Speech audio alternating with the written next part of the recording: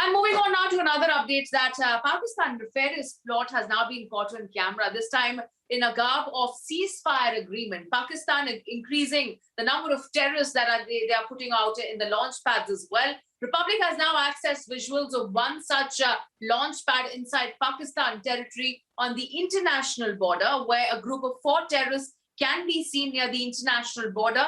And all this is happening under the cover by Pakistan Rangers. And these terror camps are right next to Pakistan Ranger posts as well. Meanwhile, the security agencies have been put on high alert, keeping in view the heightened activity in launch pads. And so far, about 6 terrorists who tried to enter the Indian territories have been killed in the last 1 month in the Jammu region. We listen into this reaction coming.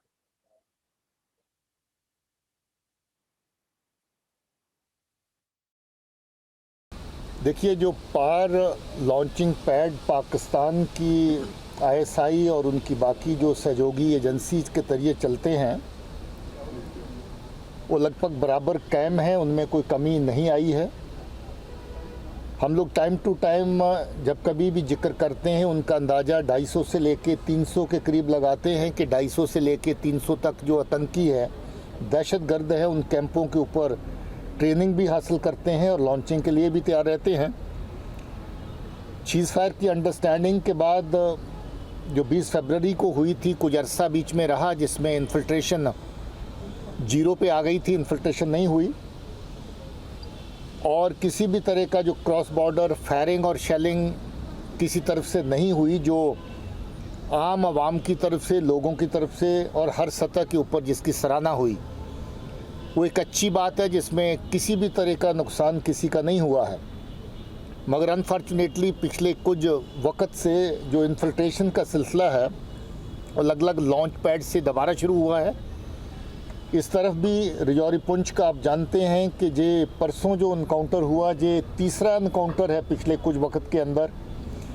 उससे पहले doodle के area में, नौशहरा में और सुंदरबनी में जो encounters हुए, इसके बाद ये पंगाई का अभी जो इनकाउंटर हुआ जिसका ADG साहब जिक्र कर रहे थे, ये सब ताज़ा ग्रुप हैं जो उन लॉन्चिंग पैड से लॉन्च करके जहां पर भेजे गए।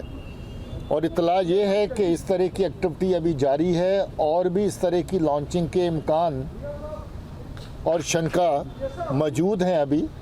और इसके चलते मैं समझता हूं कि हम लोगों को अपनी बॉर्डर ग्रिड को और अच्छे से मजबूत रखना है। इसके अलावा जो कश्मीर की तरफ कार्रवाई है, वहाँ पर भी अभी एक ग्रुप ताज़ा इन्फिल्ट्रेट करके आया था जिसको कुछ दिन पहले 4 का ग्रुप था, चारों के चारों बांडीपुर में एक ऑपरेशन में 23-24 रात को ऑपरेशन शुरू हुआ था, जुलाई को उनको न्यूट्रलाइज कर दिया है।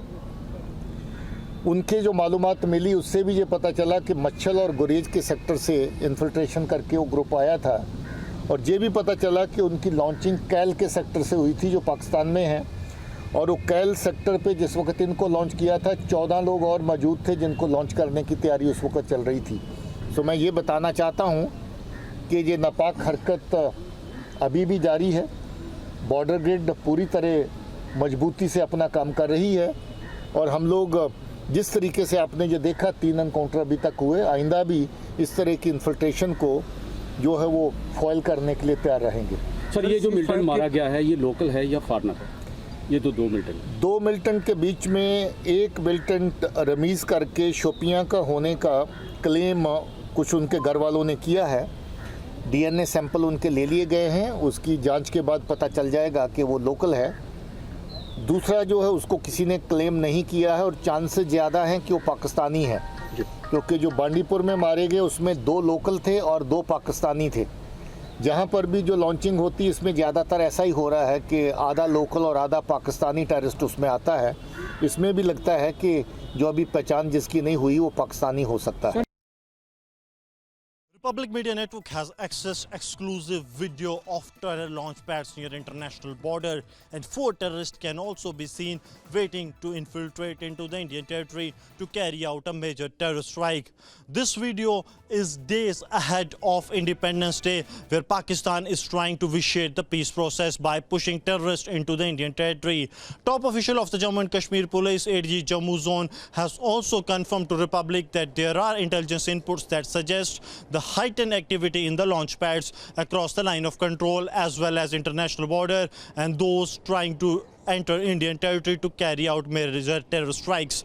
In past 1 to 2 months, there have been several encounters in which 6 terrorists have been gunned down by the security forces who were trying to enter the Indian territory. And this is one such proof that has been accessed by the Republic Media Network, exposing Pakistan's plot. With Sarjeevan Kumar, Gursimran Singh for Republic Media Network.